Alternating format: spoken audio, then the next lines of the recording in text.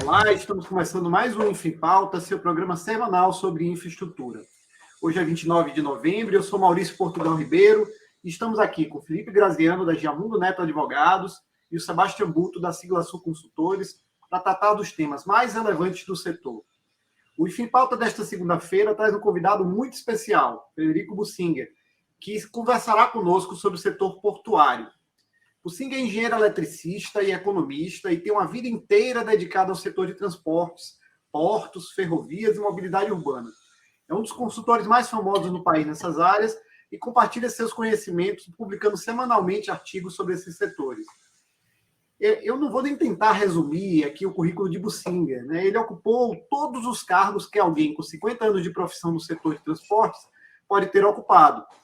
Foi diretor da Companhia do Metrô de São Paulo pela primeira vez na década de 80 e ocupou outras posições semelhantes na década de 90. Por exemplo, foi presidente da CPTM, né, a Companhia de Trens Metropolitanos aqui de São Paulo.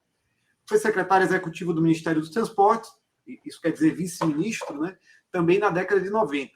Foi presidente do Porto de São Sebastião e ocupou diversos outros cargos nos setores portuário, ferroviário e de transportes urbanos. Bom, particularmente considerando o tema da nossa entrevista, acho que é importante dizer que Bussinger foi membro dos conselhos de administração da Codesa e da Codesp, né? Codesa em Vitória, da Codesp de São Paulo, atual Santos Port Authority, né? Traduzimos para o inglês, criamos um nome em inglês, um rótulo em inglês para a Codesp, que são as duas privatizações no setor portuário que o governo pretende fazer em breve. Além disso, ele foi diretor de gestão da Codesp, né, da Santos Port Authority, justamente no início do programa de arrendamentos portuários, o mais importante programa de desestatização do setor portuário até aqui. Né? Todos sabem que no setor portuário as desestatizações foram feitas por meio dos processos de arrendamento. Quando vocês ouvem falar hoje em dia em renovações antecipadas de contratos de arrendamento do Porto de Santos, vocês estão falando exatamente dos contratos modelados na década de 90 por Bussinger e seu time. O Infra em Pauta é toda segunda-feira, bem cedinho, e se você quiser começar a sua semana bem informado, curta o nosso canal no YouTube ou no seu aplicativo de podcast para receber as notificações. Vamos passar direto ao nosso tema de hoje, que são os portos. Sexta-feira, o Bussinger publicou um texto, um excelente texto, que comentava o fio condutor das reformas no setor portuário no Brasil, confrontando a prática e o discurso. Né? O artigo, basicamente, separava, mostrava que estavam longe, né, o discurso sobre as reformas do que aconteceu depois. Né? Então, eu queria passar a palavra para o Bussinger para ele comentar um pouco esse tema. Né? As reformas que estão sendo feitas no setor portuário nos últimos 30 anos no Brasil. O processo de reforma é mais longo que 30 anos, mas vamos falar dos últimos 30 anos. A diferença entre o discurso, né, que empurra a reforma e a prática, o que realmente acontece. Bussinger, queria passar a palavra para você, é uma honra para a gente receber você aqui. Maurício, muito obrigado, a honra é minha, eu saúdo os demais entrevistadores e aqueles que nos ouvem. De fato, você falou bem, as reformas portuárias no Brasil são bastante antigas, quer dizer, a primeira grande reforma que tivemos foi a chamada abertura dos portos às Nações Amigas, lá em 1808, com Dom João VI. Depois disso, nós tivemos mais umas 5 reformas, e o artigo trata dessas que aconteceram mais recentemente, a partir da década de 90, a partir do período em que as eleições diretas foram restabelecidas no Brasil. E durante esse período, desde então, nós já tivemos 7 presidentes e 25 ministros ocupando o Planalto e regendo a vida portuária. E o que eu procuro mostrar nesse artigo é que, a despeito de haver esse grande conjunto de presidentes, ministros, dirigentes, centenas de dirigentes nos postos, nas autoridades administradoras, as reformas desse período elas têm um fio condutor. Ele tem uma lógica própria que transcende esses arranjos políticos e até a própria conjuntura, que mudou muito da década de 90 e nesse século XXI. E o segundo ponto que eu mostro nesse artigo é que uma coisa é o declarado e outra coisa é o que acontece. Uma coisa é a narrativa, né? E a outra coisa diferente é o que efetivamente é implementado. Um exemplo disso é o período do início dessa década passada, quando foi baixada a medida provisória 595, em dezembro de 2012, e que é o berço, gerou a atual Lei dos Portos, a 12.815. E o curioso é de que essa lei balizou uma grande reforma, que nós podemos depois detalhar um pouco mais do que se trata, do ponto de vista estrutural, regulatório, dentro da lógica do processo decisório. E, no entanto, quando ela foi lançada em dezembro de 2012, ela foi lançada como um plano de investimento. Então, foi uma grande mudança do modelo portuário brasileiro, mas que, ao ser lançada, foi lançada como plano de investimento. E o curioso, eu publiquei 3 artigos fazendo uma avaliação, o artigo tem o título de Dito e Feito, e, na verdade, eu mostro que, curiosamente, aquilo que ela foi anunciado para acontecer, que foram os investimentos, é o que não aconteceu na prática. E eu detalho um pouco mais sobre isso. Então, esses são os 2 pontos centrais e que eu acho que nós precisamos entender. Aliás, eu uso até aquele epígrafo da esfinge: decifra-me ou te devoro. E quem não consegue fazer bons diagnósticos, dificilmente também fará prognósticos.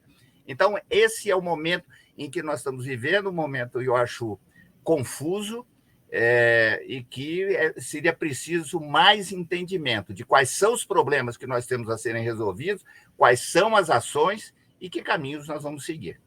Ou seja, eu já tive a oportunidade de ouvir uma palestra sua e aproveitando esse gancho que você deixa agora, você sustentou, se eu não estiver equivocado aqui, você me corrija, por favor, mas que, na verdade, a desestatização seria o último dos problemas a serem enfrentados e talvez nem seja um problema. A presença, né, da autoridade como ente estatal. E dentro desse arranjo, ainda você colocou que um modelo que você entende como vencedor, que na verdade é adotado em mais de 80% dos portos do mundo, que é um modelo que vem sendo defendido, mas só que no contexto de uma concessão e não no contexto de uma administração pública, que é o modelo do Landlord Port.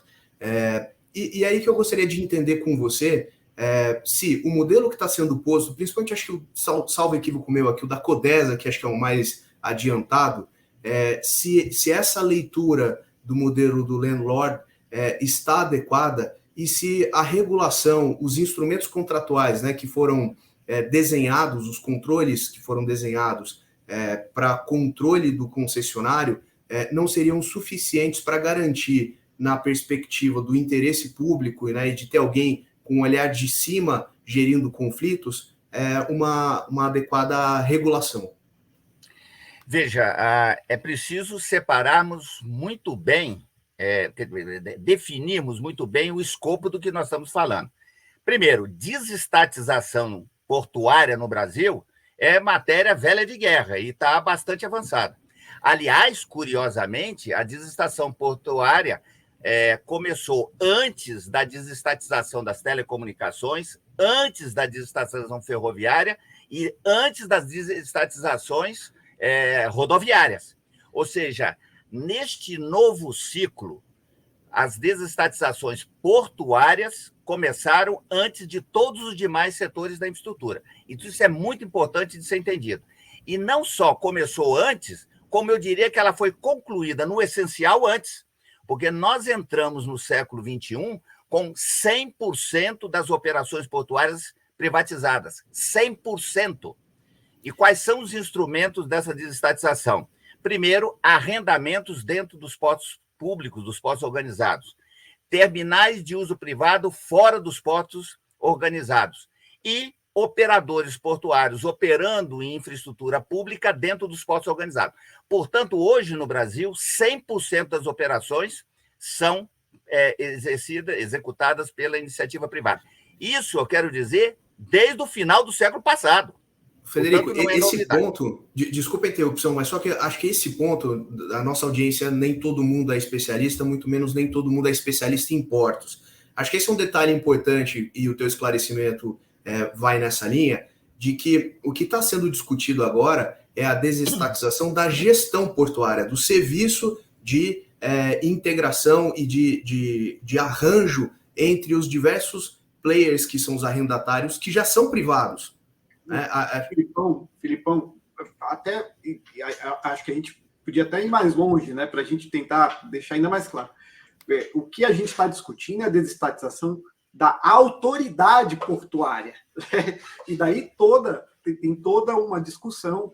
O Singh é um ator muito importante nessa discussão sobre se esta autoridade portuária que coordena as operações do porto, que tem uma função de planejamento também do porto, em que medida faz sentido você transferir, né? Você desestatizar essa autoridade, transferindo determinadas atividades que ela faz hoje no porto para um ente privado, né? Tem algumas coisas que a autoridade portuária faz que talvez sejam compatíveis com a gestão privada e talvez se possa fazer melhor por meio de uma gestão privada, mas há também, né, poderes e atividades que ela desempenha que são típicas de entes públicos ou de entes até, assim, muitas vezes tem funções que são muito parecidas com funções, digamos assim, comunitárias, né, que você precisa tomar decisões com os diversos atores envolvidos ali no funcionamento do porto, né?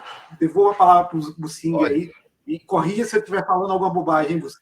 Não, bobagem não está, e foi muito boa essa digressão de vocês dois, porque permite esclarecermos o que efetivamente está em discussão. E para quem nos ouve, eu diria que talvez a imagem ilustre melhor, uma imagem ilustre melhor. E é a analogia do shopping center. E essa imagem não é minha, isso tem sido utilizado bastante. No shopping center, nós temos várias lojas. E dentre as lojas, nós temos diversos setores dentro da loja. Nós temos a área de alimentação, nós temos a de roupas, temos de brinquedos, farmácia, prestação de serviços e tudo. E há dentro do shopping o gestor do shopping, quem administra o shopping. Então, é quem toma conta da limpeza, da segurança, do funcionamento da escada rolante, dos estacionamentos, que pode ou não ser terceirizados. Então, a imagem do shopping é a imagem que mais se adequa a um porto, propriamente dito. E o que faz essa figura chamada autoridade portuária? Internacionalmente, o termo autoridade portuária é suficiente. Esse é o termo nas várias línguas e mundo afora. E é um termo consagrado há 800 anos. Ou seja, os portos organizados e o modelo do landlord, ele antecede as universidades no mundo e antecede os estados nacionais. Ou seja, Hamburgo já era uma autoridade portuária no modelo landlord antes da Alemanha ser Alemanha. Gênova já era um porto que era a República Marinari antes da Itália ser Itália. Portanto, nós estamos falando de uma instituição antiquíssima e que foi sendo desenvolvida, aperfeiçoada e tendo contribuições dos diversos sistemas políticos e sistemas econômicos e regimes políticos dos 5 continentes. Portanto, é uma instituição bastante consolidada no mundo afora. E o que faz essa figura chamada autoridade portuária? Ela tem 4 funções básicas. Ela gere e gerencia, ela gera e gerencia áreas, porque o porto é um organismo vivo, ele se expande, ele se encolhe, ele se altera a configuração. Ela provê infraestrutura básica e serviços condominiais, ela regula, arbitra e regula a nível local, e ela é um agente de desenvolvimento regional. Um material muito interessante que trata disso é uma pesquisa que é feita para a European Seaport Organization, que é uma pesquisa feita nos portos europeus e que tem o título Governança Portuária. Ou seja, é uma literatura disponível, inclusive, na internet. Eu não sei por que a gente consulta tão pouco, porque isso está mapeado com cases mundo afora. Então, o que nós estamos discutindo no Brasil é a privatização deste ente. E eu uso a expressão autoridade administradora porque a legislação brasileira assim distingue. Então, ele separa as funções de administração e a função de autoridade. No mundo não é assim, mas no Brasil, na legislação é. E, aliás, a lei até diz o seguinte: a administração portuária, vírgula, denominada autoridade portuária. Então, se a gente quiser pegar no pé da letra, a autoridade portuária, no Brasil, é uma marca fantasia da administração portuária. E qual é a diferença dessas duas funções que no mundo inteiro é exercido por um ente só? A administração é que toma conta da limpeza, da segurança, da integridade do porto, assistência às outras autoridades. E a autoridade, ela exerce uma função de Estado, localizada a nível local. Então, ela faz o poder de polícia, isso é importante, ela fiscaliza e aplica punições, ela interage com as demais autoridades, mais meia dúzia de autoridades, a alfândega, a Polícia Federal, a autoridade sanitária, a autoridade ambiental, com as municipalidades, portanto, é uma função de Estado. No Brasil, essas duas coisas são juntas. Elas são separadas no Brasil, apesar de no mundo ser junto. O que está acontecendo no Brasil é uma sutileza, eu diria, em relação a isso. O que se discute é a privatização das funções de administração portuária.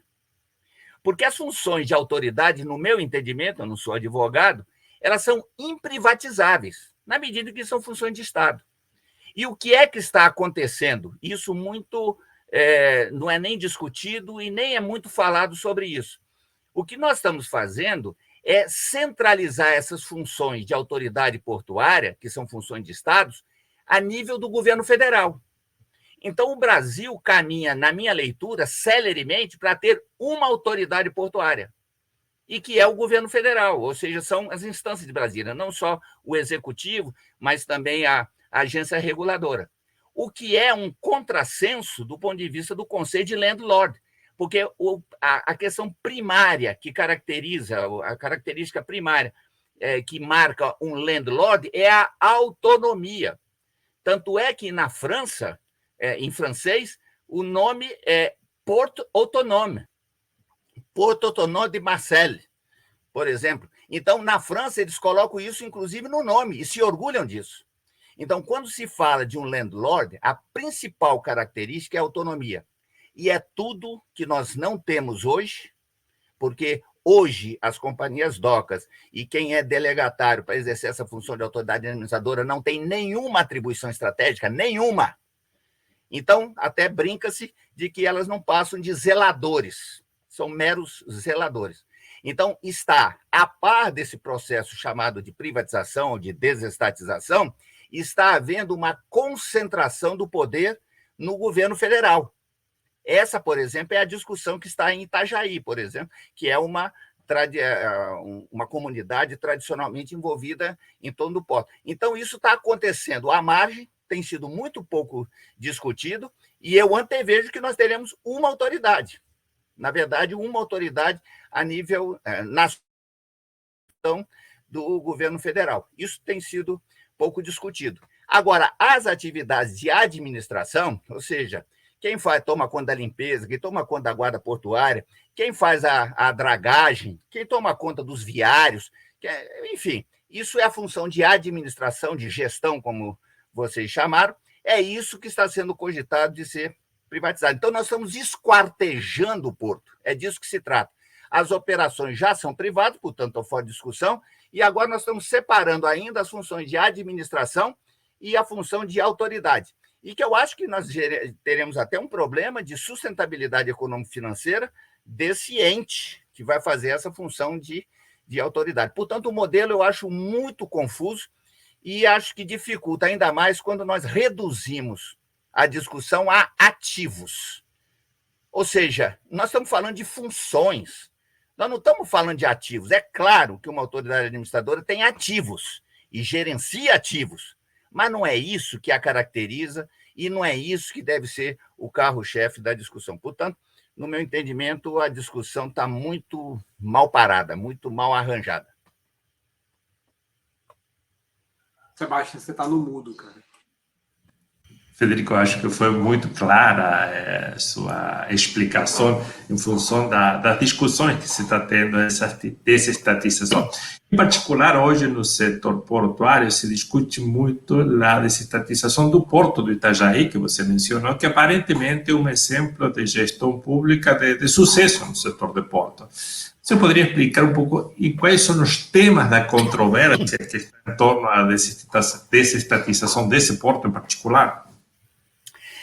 Veja, eu acompanho o processo de Itajaí praticamente desde os primórdios. Eu era secretário executivo do Ministério dos Transportes quando nós recebíamos...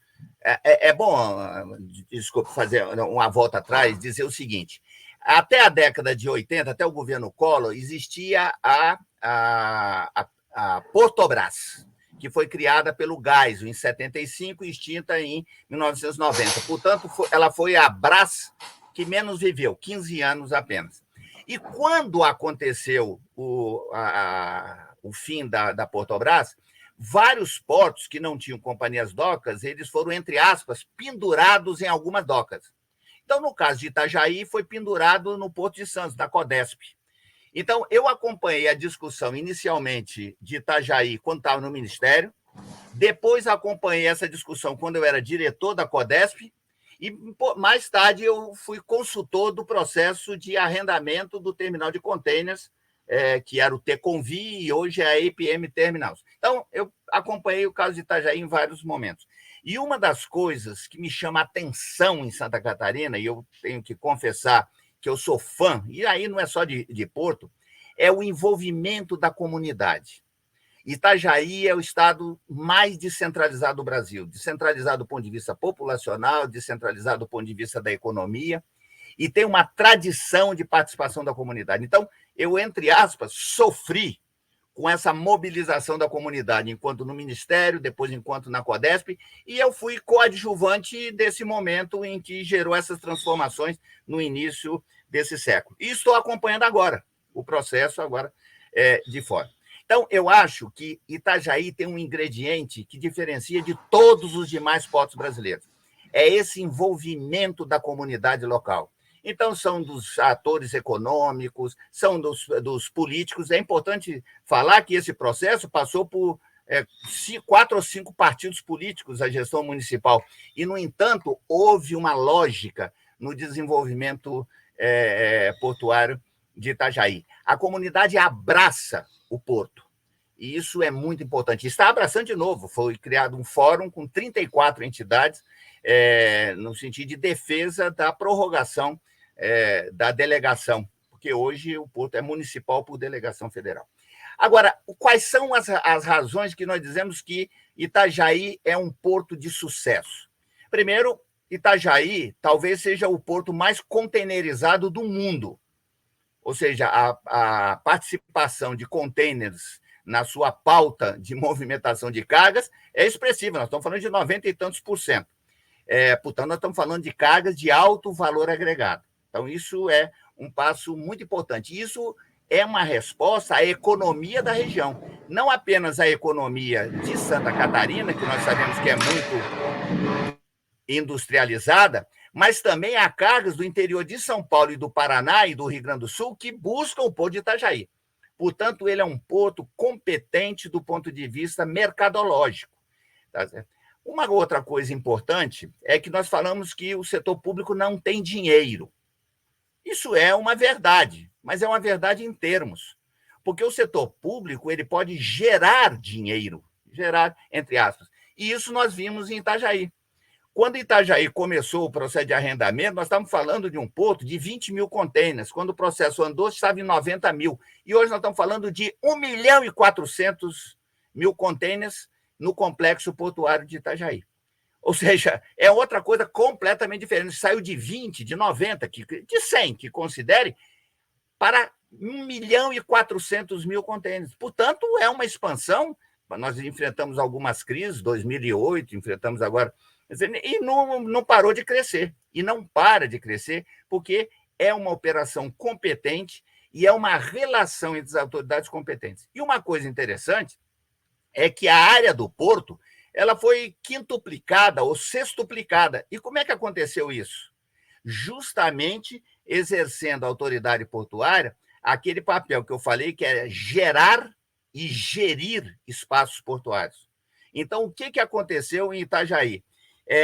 Foi dentro do processo de arrendamento, dentro da modelagem do arrendamento feito no início desse século, foi incluído compromissos de desapropriação de áreas. E é por isso que áreas urbanas foram incorporadas à área portuária, que é o contrário do que normalmente acontece, porque normalmente eu tenho revitalizações de área portuária para uso urbano. Lá foi o contrário, eu usei áreas urbanas para virarem porto, com algumas curiosidades. Dentre essas áreas estava o prédio da prefeitura. Dentro dessa área estava a Capitania dos Portos. E dentro dessa área estava a maior concessionária de veículos de Santa Catarina. Todas foram indenizadas e foram construídas, no caso dos 2 prédios públicos, novas instalações muito mais modernas do que tinha.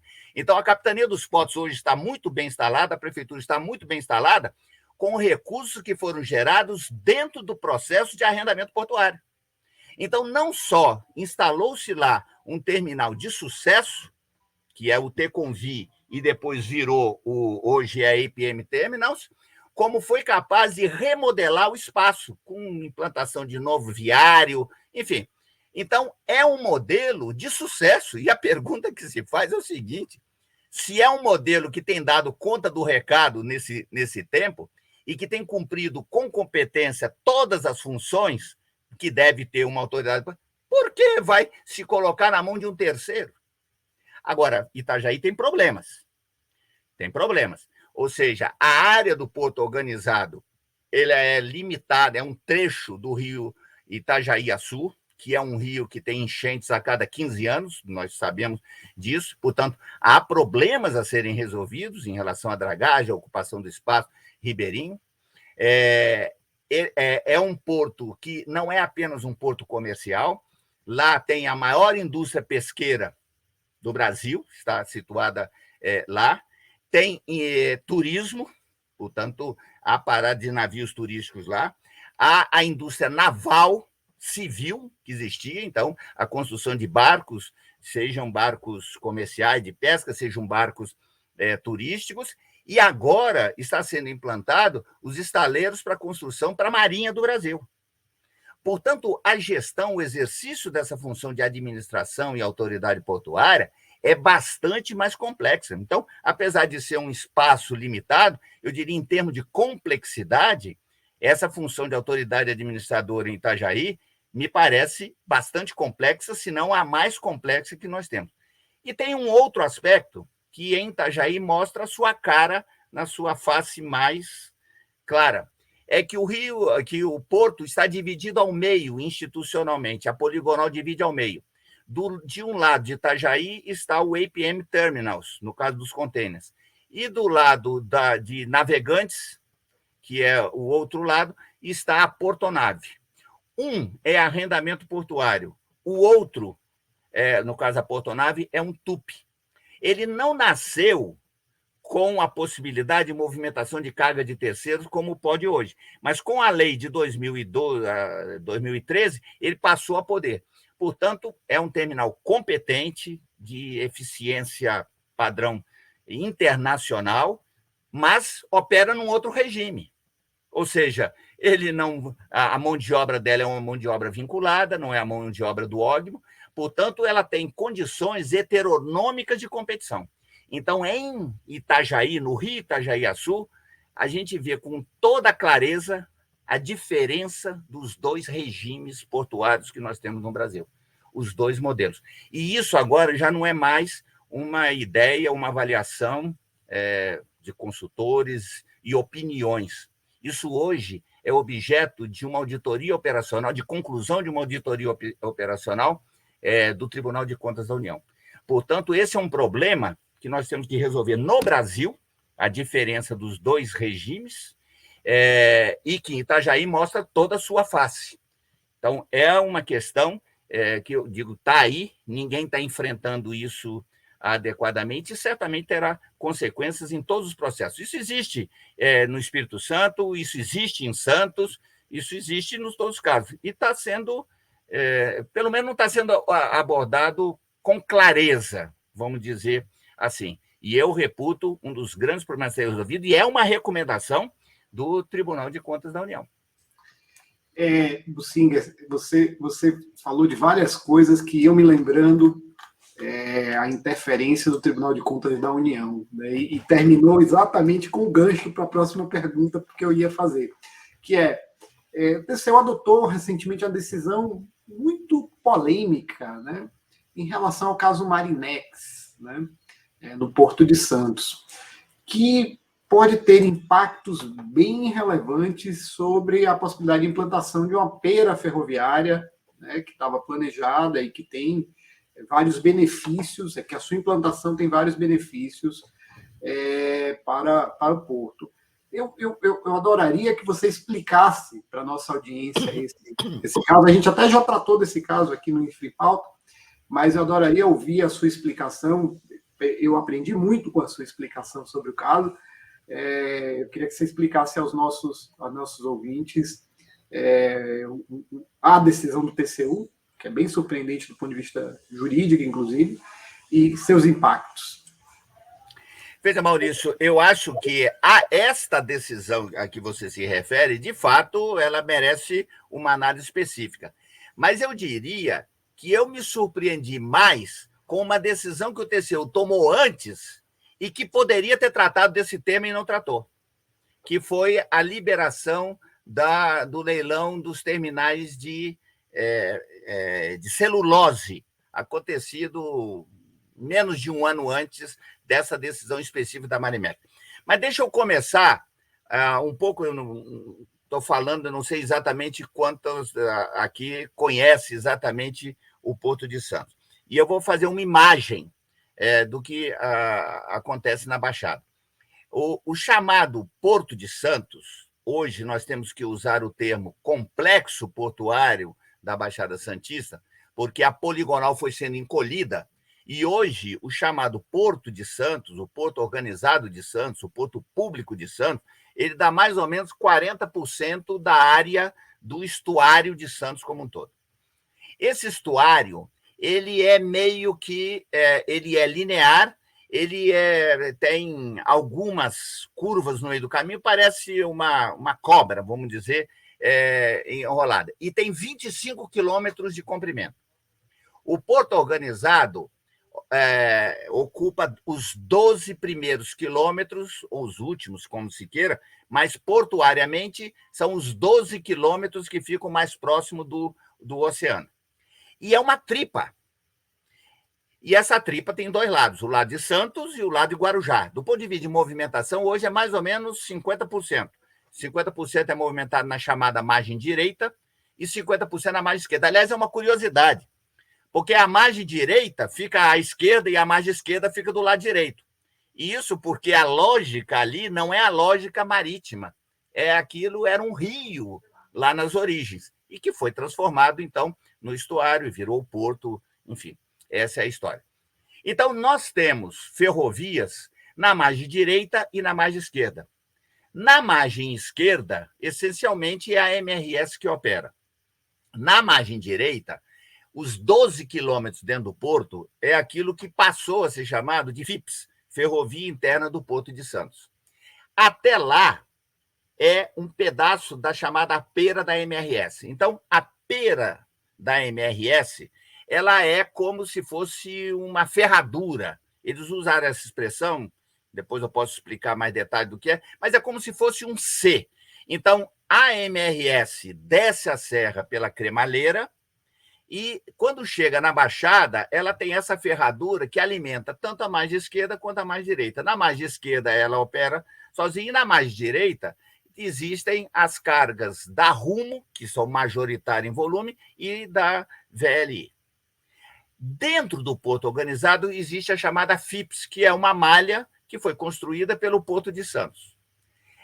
Essa questão da pera da Marimex está dentro da FIPS, mais ou menos a, sei lá, um terço, 40% da distância que vem desde da ponta da praia, do início do porto propriamente dito. E por que ela é importante? É porque, na verdade, ela pode fazer com que os trens possam ser operados, fazer retornos, podem ser particionados para poder alimentar o trecho do Macuco à ponta da praia. Este trecho, que hoje é o trecho graneleiro por excelência, é o maior cliente, vamos dizer, da ferrovia. Então, o que se passa em Santos? Eu desço, a maior parte da carga desce pela Rumo, na antiga Sorocabana, que é a ferrovia em gravidade, e quando chega na Baixada, quando chega em Cubatão, ela tem que entrar na ferradura, que é administrada pela MRS, e, no caso da mais direita, entra na chamada FIPS, que é a Ferrovia Interna do Porto de Santos. Essa ferrovia foi implantada há 100 anos, ou seja, então ela é inadequada para as operações atuais. E essa pera, que foi concebida ali, ela é meio que um respiradouro, ela é uma base operacional, vamos dizer, para poder injetar os trens para a ponta da praia e depois recolher e recompor a coisa. A inexistência dessa malha, dessa pera, compromete a eficiência e a capacidade da margem inteira, da mais direita inteira, portanto, da FIPS inteira. O que eu digo que é estranho a decisão, portanto, há que ter uma pera. E a questão da Marimex precisava ter sido resolvida de outra forma. Ela tem contratos e tudo, nem vamos entrar nessa discussão, mas teria que ser resolvido de outra forma, realocar, enfim, há questões econômico-financeiras a serem resolvidas, evidentemente, mas tinha que ser pensado. E houve tempo para que isso acontecesse. E eu acho que as autoridades imaginaram que seria questão de tempo, a Marimex ia ser posta para fora, o que acabou não acontecendo. A Marimex tem uma tradição de ser muito tenaz nos seus embates jurídicos. Então, eu acho que houve uma minimização da ação, da competência da Marimex nisso. Mas eu acho mais estranho, porque meses antes disso, foi liberado o leilão da celulose, dos 2 terminais de celulose que vieram ocupar o antigo terminal da Libra. Bucinga, desculpa te interromper, mas eu acho que vale a pena a gente só dar uma parada aqui, porque você vai agora falar de um outro tema correlato. Não, os temas estão associados, é crucial, porque... Eu sei, mas eu acho que vale a pena dizer ao nosso ouvinte, lembrar ao nosso ouvinte, que a Marinex tinha um contrato que já tinha se tornado precário, né? Havia um arranjo temporário para ela continuar naquele lugar, naquela área, mas esse arranjo era temporário exatamente porque o governo tinha o planejamento de implantar essa pera ferroviária que o Bucinga está mencionando. E o que o TCU fez foi converter um arranjo temporário, precário, em algo permanente, em algo que tem alguma permanência, né? E do ponto de vista jurídico, quando você olha a situação, a decisão é muito estranha, porque não tem bases, né? Não parece haver bases para isso, né? Particularmente quando você tem planejado uma modificação, né, da infraestrutura ferroviária, que é essencial, que todo mundo que conhece o Porto de Santos sabe que é absolutamente essencial, como o Bucinga falou. Eu devolvo para você, Bucinga, só para explicar, porque eu não sei se todos que estão te ouvindo conhecem o caso. Não, está correto, e eu nem vou comentar esse aspecto numa mesa dos operadores do direito, vamos dizer assim, mas eu quero falar sobre as implicações.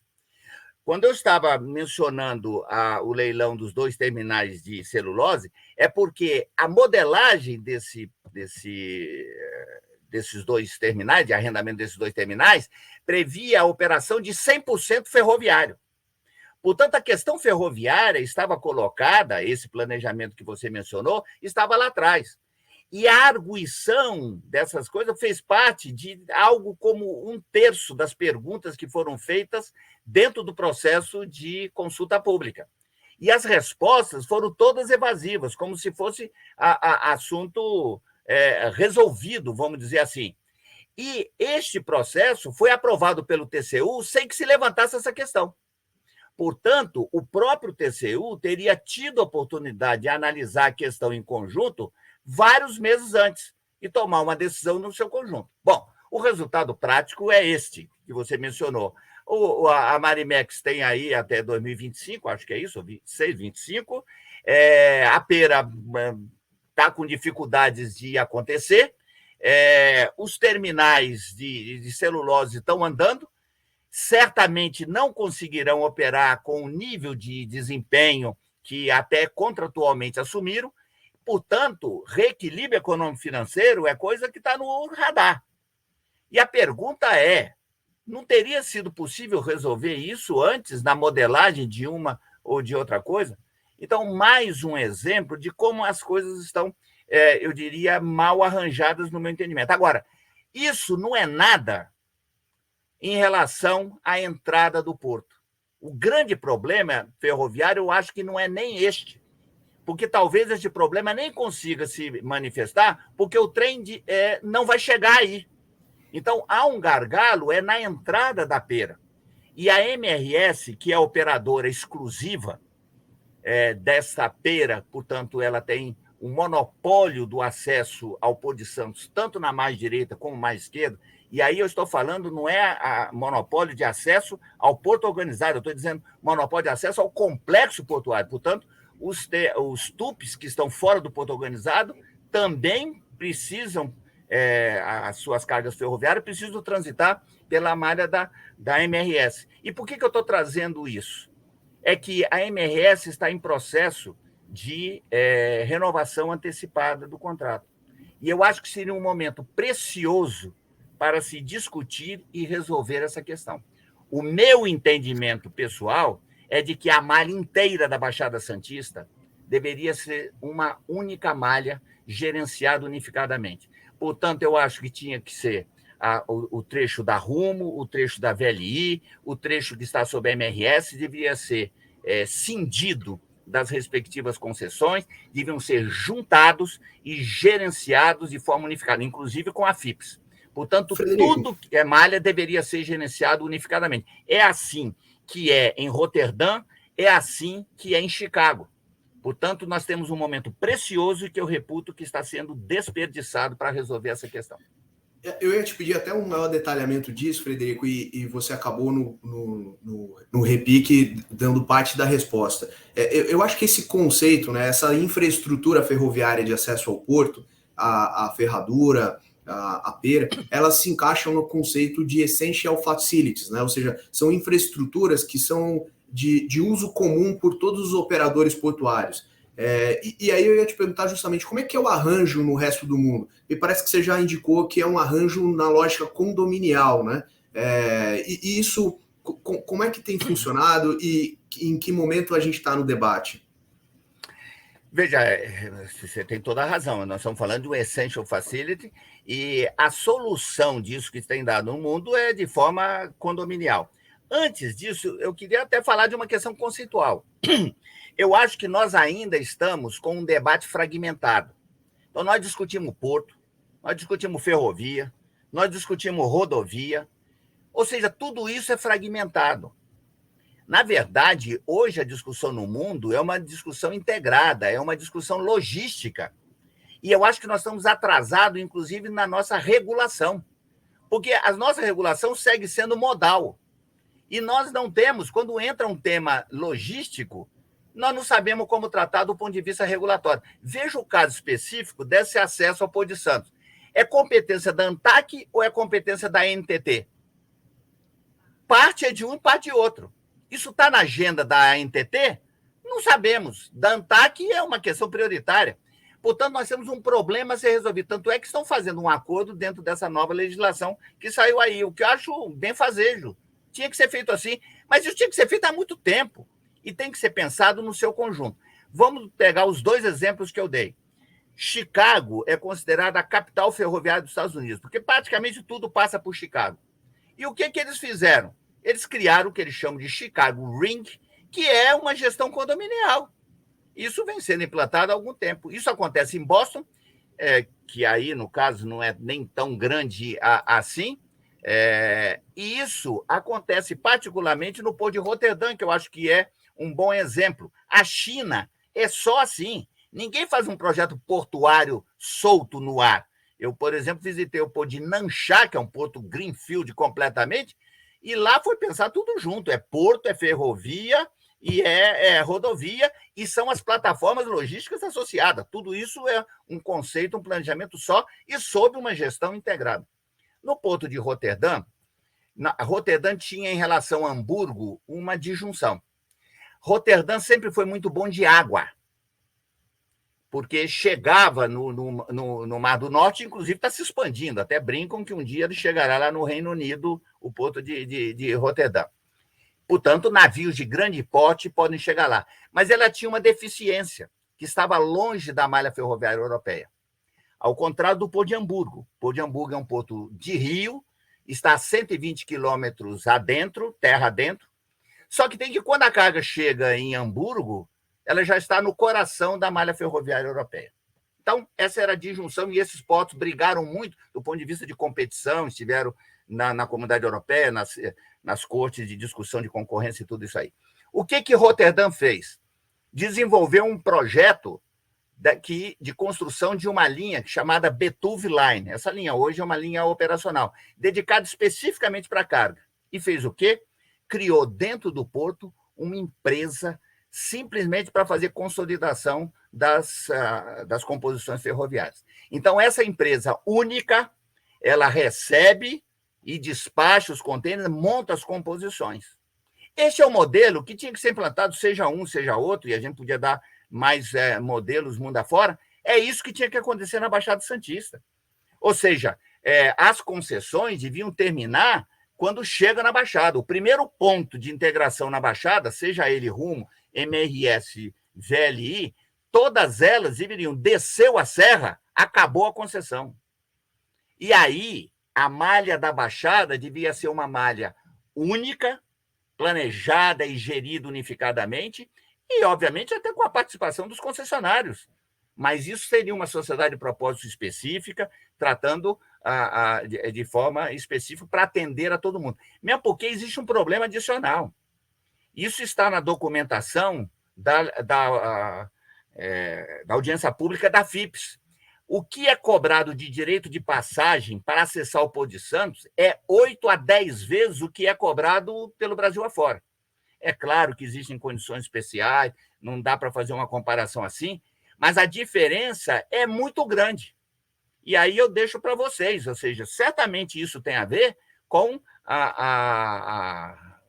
essa condição monopolista de acesso ao Porto de Santos, e deve ter muito a ver também com o tipo de atuação da própria agência, que permite que isso aconteça. O fato concreto é que, descida a serra para entrar no Porto de Santos, o direito de passagem é por 1.000 TKU, né, que é a unidade que é cobrada, 8 a 10 vezes o valor que é cobrado pelo interior.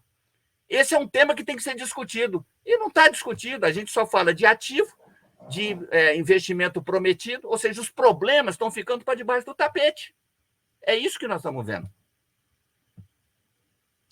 Felipe, mudando um pouquinho agora o foco, a gente no setor aqui de portos, há alguns anos temos visto a possibilidade da implantação de terminais para uso privado por meio de autorização, da modalidade de autorização.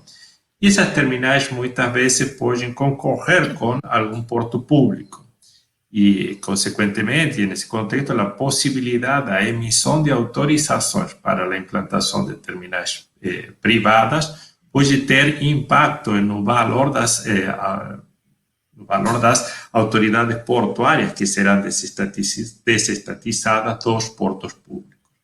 Você vê hoje uma ameaça ou um risco no valor das autoridades portuárias decorrente dessa possibilidade de emissão de autorizações? E se for assim, quais seriam os mecanismos que poderiam ser desenhados para assegurar ao comprador da autoridade portuária que ele terá o direito ao reequilíbrio caso essas autorizações venham a comprometer o fluxo esperado de receita. Veja, sim, eu acho que não só pode acontecer, como já está acontecendo. Mas eu diria, de novo, nós temos um problema mal identificado, mal concebido, um conceito superficial. E acho que a falta de debate em que as coisas acontecem, porque hoje a gente tem narrativa, e mesmo os eventos que acontecem, raramente existe debate estrito sensu. Veja só, os terminais de uso privativo ou hoje de uso privado, né, pela nova legislação, quando eles foram concebidos, o conceito não era de propriedade, não é a propriedade que o definia. O conceito que estava por trás era de serem terminais associados a cadeias produtivas, por sua vez, associados a cadeias logísticas. Portanto, se eu tivesse que nominar hoje esses terminais, eu chamaria de terminais dedicados.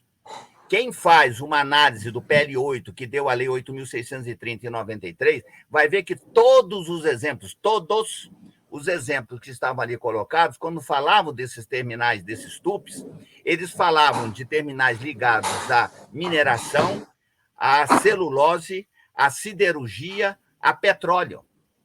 Então, no Brasil, sempre houve terminais dedicados e que eram por autorização, desde o Império.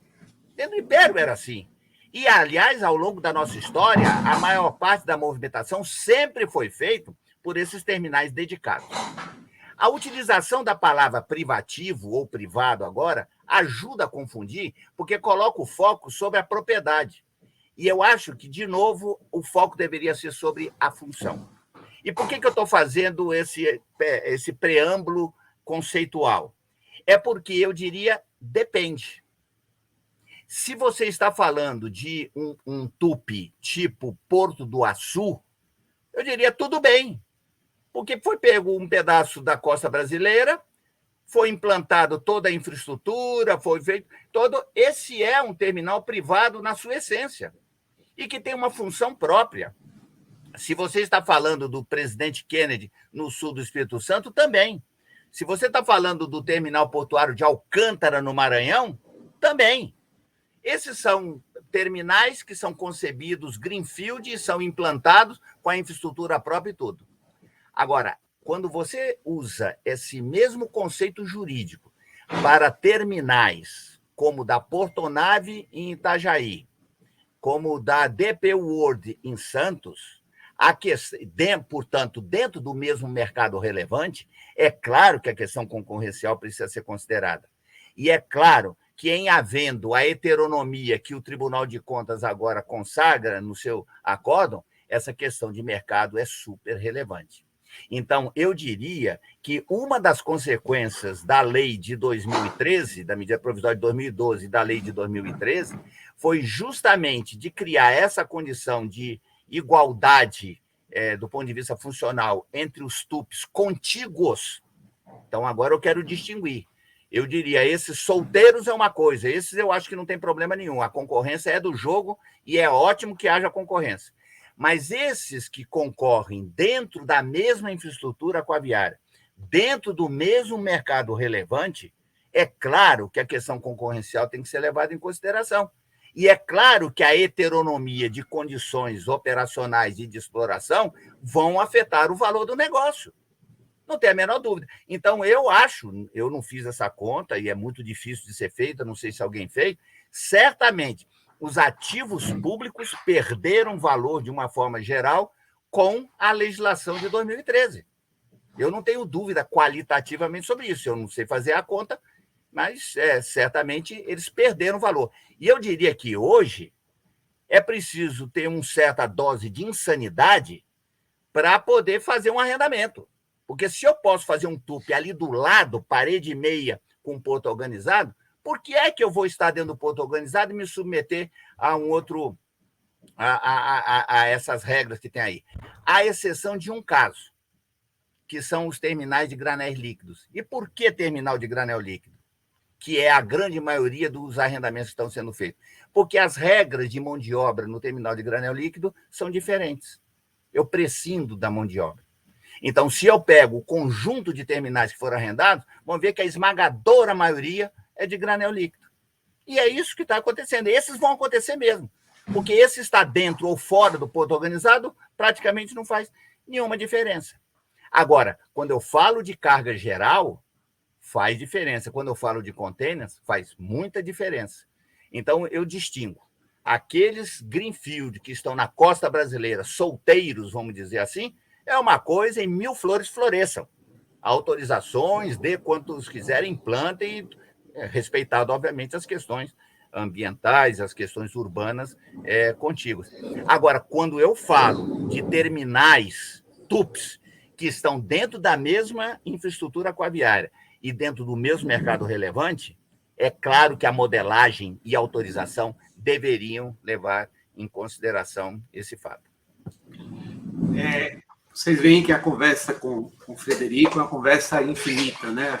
Para além do conhecimento profundo sobre o tema, das questões técnicas, dos temas de infraestrutura, das questões econômicas, das questões financeiras, é alguém com quem, toda vez que eu converso, eu aprendo, eu leio os artigos dele toda semana, aprendo a erudição sobre o setor, sobre o passado do setor portuário, do setor de mobilidade, do setor de transportes em geral. É uma coisa que eu percebo, e é uma coisa que você só forma do modo como ele formou, né? Trabalhando em posições relevantes, né, na área de infraestrutura por 50 anos. Por 50 anos.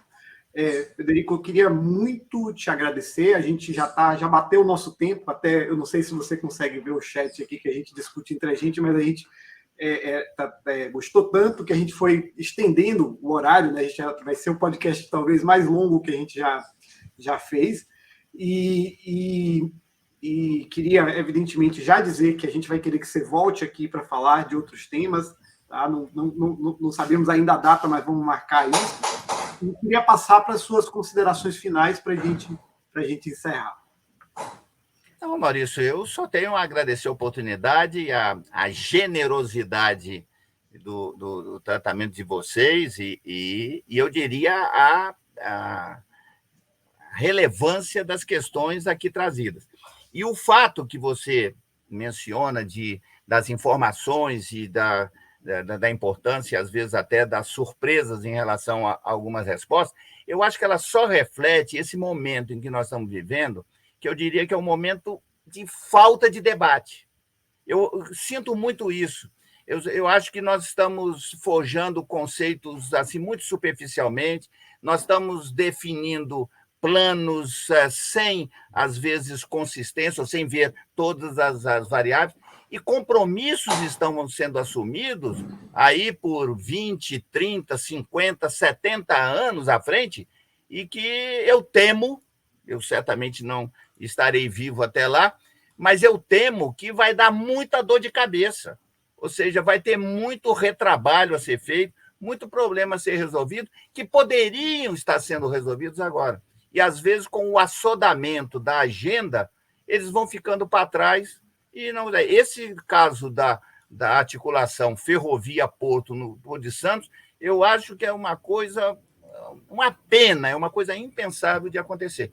Então, esse papel que vocês estão desempenhando de gerar o debate, dar um espaço para explicações e levantar questões relevantes, eu acho da maior importância para o desenvolvimento da infraestrutura brasileira. Portanto, eu só tenho a agradecer e dizer que eu estou à disposição. Fiquei muito satisfeito de estar aqui com vocês. Muito obrigado.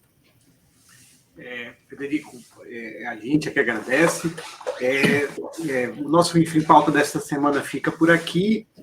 Se você gostou do Info em Pauta desta semana, por favor, curta o nosso vídeo, se inscreva no nosso canal para receber as atualizações e voltamos na semana que vem com as principais notícias, com os principais debates sobre os setores de infraestrutura.